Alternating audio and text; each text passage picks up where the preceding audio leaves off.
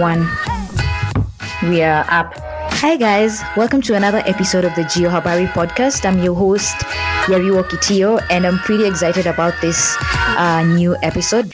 This is actually a new series you're introducing into the podcast. We're calling it the Geospatial Banter series, and we're calling this Things You Dread or Are Scared of Hearing from a Client. And this spiraled again from our previous conversation. It's actually an extension of that conversation. If you've not listened to our first episode of the Banter series, then this is an extension of that. And so we thought, why not have a raw conversation around some of the things we're scared of as techies, especially when it comes to products going live and then they suddenly errors around it. And so we compared experiences as well around that. And pretty interesting. I like to think of these sessions as therapy sessions simply because as techies, you end up most of the time behind your desk and you rarely have other people come in and sort of compare or in contrast our experiences. And so yeah, we really enjoyed shooting this episode, and I hope you enjoy this as much as we enjoyed recording this and comparing our human experiences within this technical realm. Same guests, same day episode. So yeah, this is a bonus episode still within the Geospatial Banter series. Welcome to another technical therapy session, guys. I'll have our guests introduce themselves, say hi, and then we'll get into the episode. Hi everyone, my name is Njeri Murage. I am a geospatial specialist at Conflict Armanet Research, and my daily day-to-day work usually involves creating apps that involve mapping the global supply chain of illicit weapons and ammunition. And on the side, my love is doing work around women in GIS Kenya, which I am a quarter part of. Hi, my name is Trevor Likunda. Currently, I work as a JS developer at Eastern Africa. So what I do is mainly taking non-JS workflows, automating JS workflows, and building JS applications that we use to solve mostly utilities and government problems. Yes. Hi everyone, and my name is Carolina Koth. I am a spatial data scientist with CPCS Transcom. My daily workflow involves from cartography. I also do app development, dashboard development, and spatial analytics, basically supporting the transportation sector, power sector, and PPPs. I am also part of Women in GIS Kenya, where we do projects around gender and diversity. Hi everyone, my name is Numbriselo Morage. I am a software engineer at Grow Intelligence. My day-to-day workflow involves creating data pipelines for our ingestion framework. And on my off days, I love to go hiking and explore in nature. Yay! Okay, thanks, guys. So we'll get into it. I think I'll start with one that I came across. I think Carol is the one who posted this one. I read Carol's on one of the things you never want to hear from your end user, and then we'll just go randomly on adding points or commenting on it. In quotes, this is from your client. Hi, I just need a quick edit on this map from 5 years ago. It shouldn't take more than an hour. Carol, do you want to talk about that briefly? Or anyone with a comment on that one? It's just funny because it happens every so often. And I feel like some or part of the biggest misconception about our industry and the work that we do, especially in map making and cartography, is that a lot of it can be equated to graphic design. So when someone does graphic design, making an edit could be as simple as something that would take 30 minutes or an hour. Not to water down the industry, but that's my understanding of it. On the other side, even if a map looks like a graphic design output, it takes more than creating it on one, on one screen. Like there's data layers underneath the map that need to be put together. So when some people share that they want edits of maps that were done so many years ago that I don't have underlying layers to, I don't have the underlying data that made that map. And in most cases, it's usually like, please send this to me. I need it in the next couple of minutes. It shouldn't take long. Like I literally just need to move this really line, change the really line from color red to color green. And it's probably a line that cuts across a country. So I feel your pain, Carol. I used to work, and this especially happens in like the public sector. I used to work on roads a while back, and we would get RIMs, which are registry index maps, that were created with ArcDatum 1960 from the 1960s, and you're supposed to georeference this with maps that are required digitally today Yeah. within like 5 minutes, and the client just wants everything digitized, and it's part of the job, so you have nothing but to do it. Still on that topic of maps, the client can want some changes or something to be added to the map, and then you commit to it, and then they say, we have data. But then when the data is sent, it comes as a PDF of a map that was made 30 years ago. So now someone gives you a PDF of roads, then you're like, okay, it's okay. And you can't roll back because you already committed. Once they say they have GS data, but now you're given some physical maps and you do not know what to do about them. Okay, so for mine, I think I just want to jump on from what Trevor said. It's not necessarily related to maps, but it's the same intuition of clients underestimating the work. And it comes from that point of like, yeah, we have data. It's just a quick, it will take you like 2 days to ingest. But then when you look at the data, it's a PDF.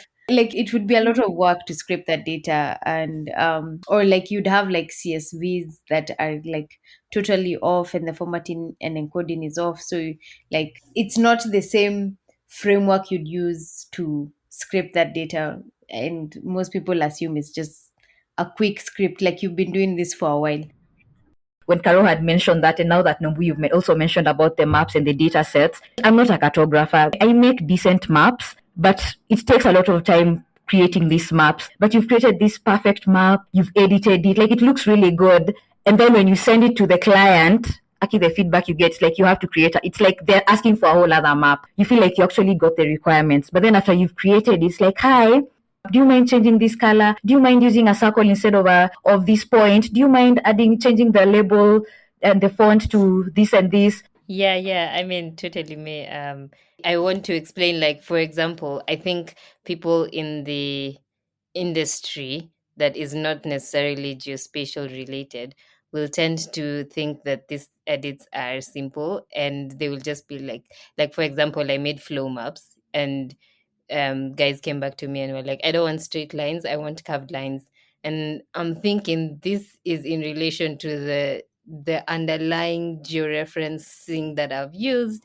And I'm like, okay, so we'll change all the georeferencing of all the layers, and then put a different base map so that it aligns, and then so that the points are on the actual coordinate. And then you think through it and you're thinking this is 3 days worth of work. But then the client is like, no, just make them like carved, and it would be nice. And it's like, oh my gosh, okay, this is not doable in the next day, but then you now need more time, and then everyone now falls apart with the client work, and clients never want to hear that you can't meet the deadline. That's another problem. Which reminds me, I think one of the other things outside of the mapping and data sources, the other things I dread hearing from a client is my link is not opening or my credentials are not working. I think those two get me into panic mode. I don't know how relatable that is, but that's one of the other things. Okay, why is the link not opening? What's happening with your credentials? And then you feel like adding, it was working when it was on my computer. Like, what are you doing wrong? And it's always like, please refresh, clear cache and cookies and everything. Have you tried restarting your browser? Yeah, it's the authentication. Please, it's the authentication. Like the link is not working. Do you mind putting your phone on flight mode and then just switch it back on? It should be back.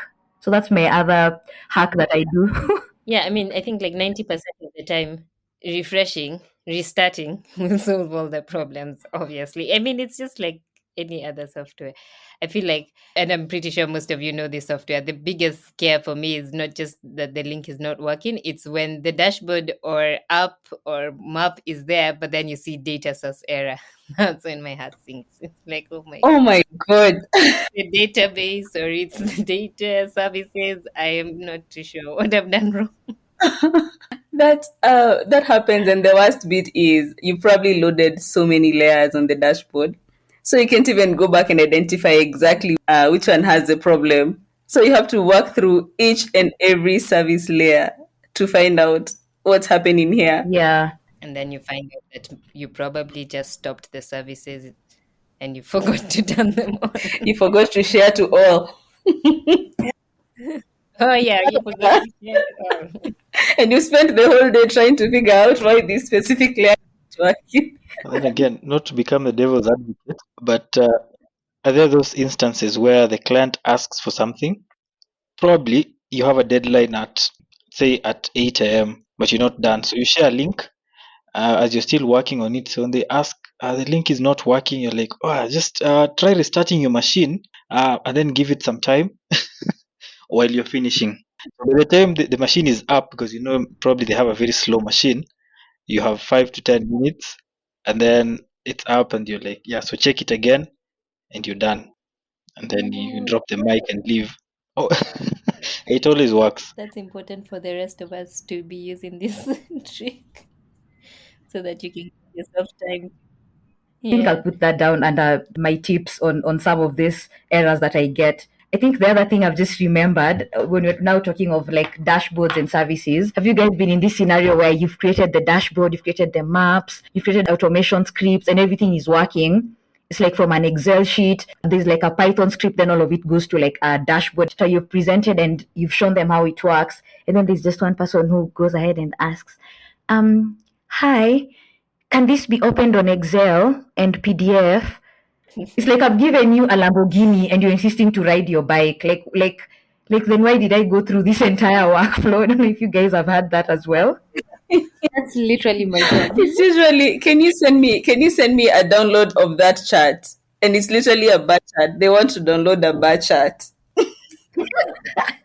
Yes, yes, yes. You have visualizations, dashboards, you've integrated into different intelligence softwares, and then it's, can you export as CSV? Like, yes, we can, but why? But okay, we'll do it. And then they want the raw data exported as CSV. I mean, all your insights are not are yeah, you made them for the sake of making them. When the client gives you data in the form of a CSV, and then you convert it into JS ready data, you do your dashboards, and then they want it back as a CSV. Oh my gosh. And you ask, so you just want the same thing you gave me like a few weeks ago, and that's it. They actually insist on the CSV, so you have to give it to them. You're just doing data cleaning, like that's usually majority of the work. Everything else is a random output, but most of the times you probably got, as Trevor said, a PDF of roads from 5 years ago that you need to digitize, or you've received like 5 Excel sheets from someone and they have multiple data sets that you need to combine, or you've received an API link that has so much data that you need to make sense of and then present. All of it is just dealing with data. All of it is, I like to call it data cleaning. Like majority of our work is data cleaning. I have even been asked to create a CSV like embed within the dashboard. So it's like, okay, do you want a table? We can add a table. No, we want a table that can do pivot tables and can do other things in that.